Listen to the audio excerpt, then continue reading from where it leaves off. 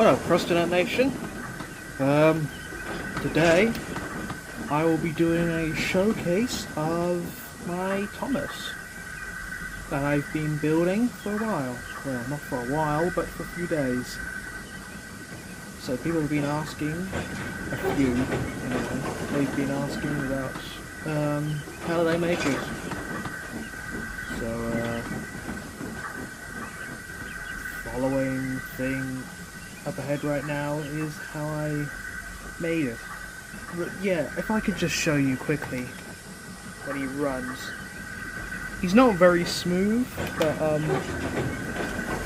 he kind of clanks sometimes when he goes backwards. I can't get him to do it on camera right now, but yeah, he is smooth. He runs on like a Bachmann J72 chassis. There you go. For some reason, I don't know what it is. There's nothing like caught up in the flange or dax or anything. He just jumps sometimes at the front when he's going backwards. He just goes doot doot doot. But yeah, let's get on with the damn showcase thing then. So, where to start with this model? Well, the whole body shell is a Lima J50 model in BR Black. Well, it was. It was usually a model that just sat in and out of the box. Sometimes I use it, sometimes it'll be in my spares box. But a while ago, I did have it for a while recently, just not being used. But last year or so, I repaired him, gave him a chassis. It was I can't remember what era, but it's a Hornby 060 chassis where the whole coupling rod is one part. And the worm drive goes to the front wheel. So pretty much I thought, well, I might get a new Hornby J50, but then I thought, no, that wouldn't be accurate to my Ertl version, which in my depiction, he's not really like full J50, but he's more simplified, but not too simple, and he has a few extra things. He kind of he rides lower than the standard loading gauge, so his buffers don't really line up, but that's the point of him. I decided halfway building him, I'd give him a J72 safety valve dome piece thing. You'll see it later on in the pictures of some sort, but pretty much I scaled him up with the J72 chassis because I had it around, and I barely didn't even use the J72 at all, so I thought it'll be good to use it now. It was a nice wheelbase. It's not very accurate, but it was close enough to what I had instead of spending money. So then I basically, well, went ahead and cut off, I don't know how much, I think it might have been a few millimeters. I never really did measuring, I just wing it. I'm like Mattel with making Trackmaster, but yeah, I cut off a section and I super glued them together after sanding off the bits of plastic that had made a mess of the body. It wasn't really exactly like lined up together, but it was flat enough so they'd actually not look like it was a bend in the body or something. There was a post on the smoke box that needed to be removed so the body could fit flush with the chassis, because the chassis is like a big old brick or something of a metal. And I realised I could take off the smoke box, and I never realised that, to be honest. So I replaced the crappy old funnel where there was dents in it and it just looked bad with a Hornby 101 funnel. And even the copper top as well. And then I sprayed it all with enamel black from a pound shop. I did a few tests, testing it, the newly cut body on the chassis. But I also did cut off the buffer beams because they were old and bumpy and they were not into scale with what I was doing. While fiddling around, I had this spare safety valve from another J72. It's like the safety valve funnel dome piece thing, and I thought, maybe I could take a bit of a fictional route with this model. So afterwards I decided to have a new part of my Thomas's design. He's like cartoony, almost, in a way. There's many parts that have been borrowed off the J72 for this model, like the steam pipe, the safety valve, and even the whistle. After cutting off the buffer beams, I made some card ones out of... It's a very thick card I had from that I got to take home from school, that I had lying around.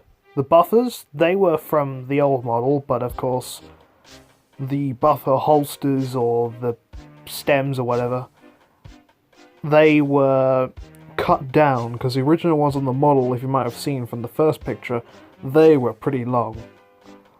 The hooks, they're part of a chain, like a link of a chain.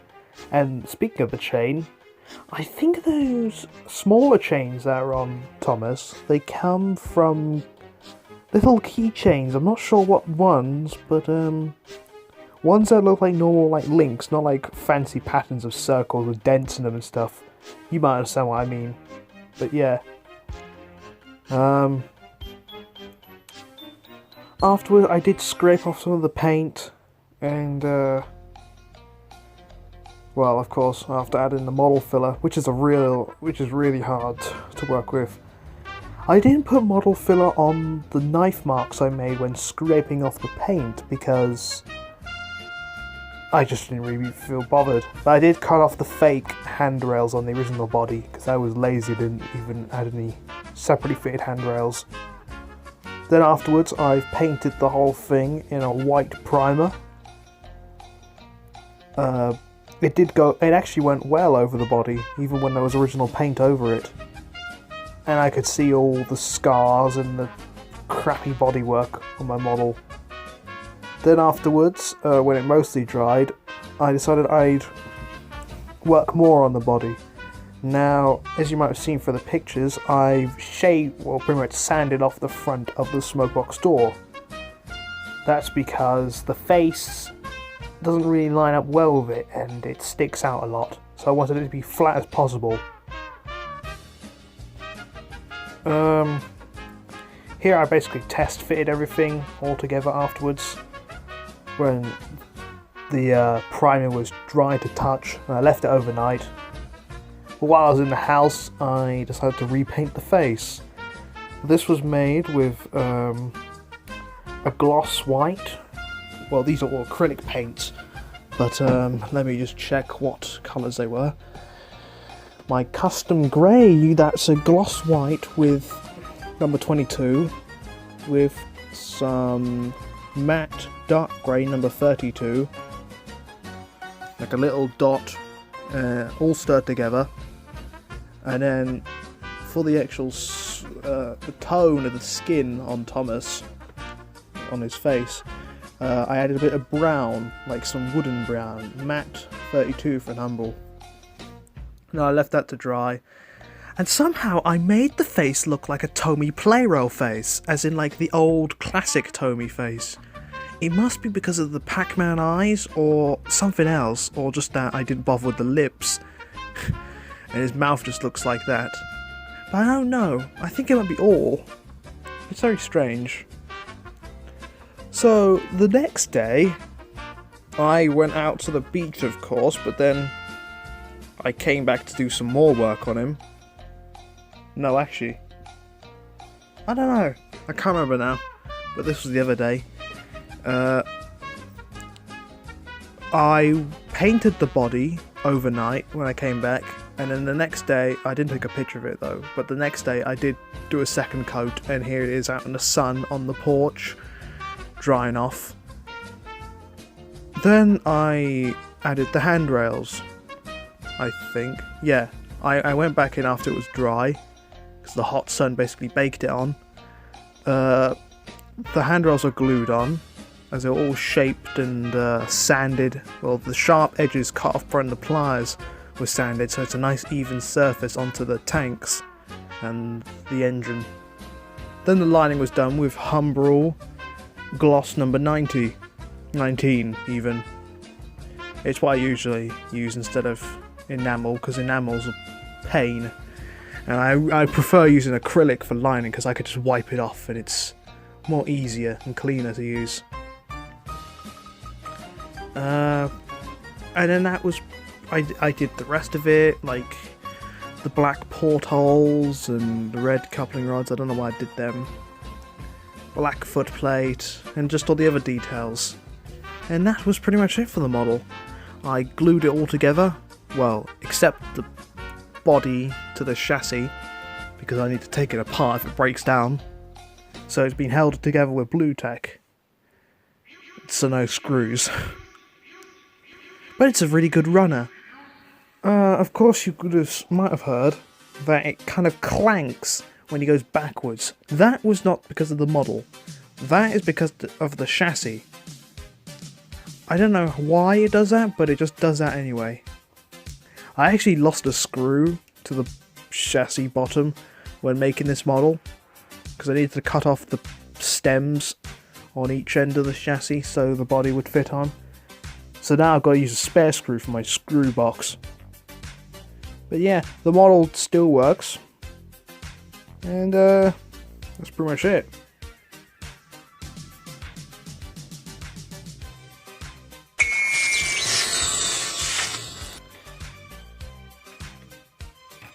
So here's him coupling up to trucks. He does work with the wire coupling, but you know, he doesn't really have a hook, so he just has to rely on another hook from the piece of rolling stock he's carrying. He's more likely built for shunting, really.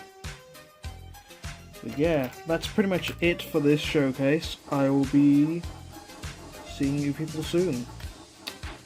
Goodbye. My home derailed!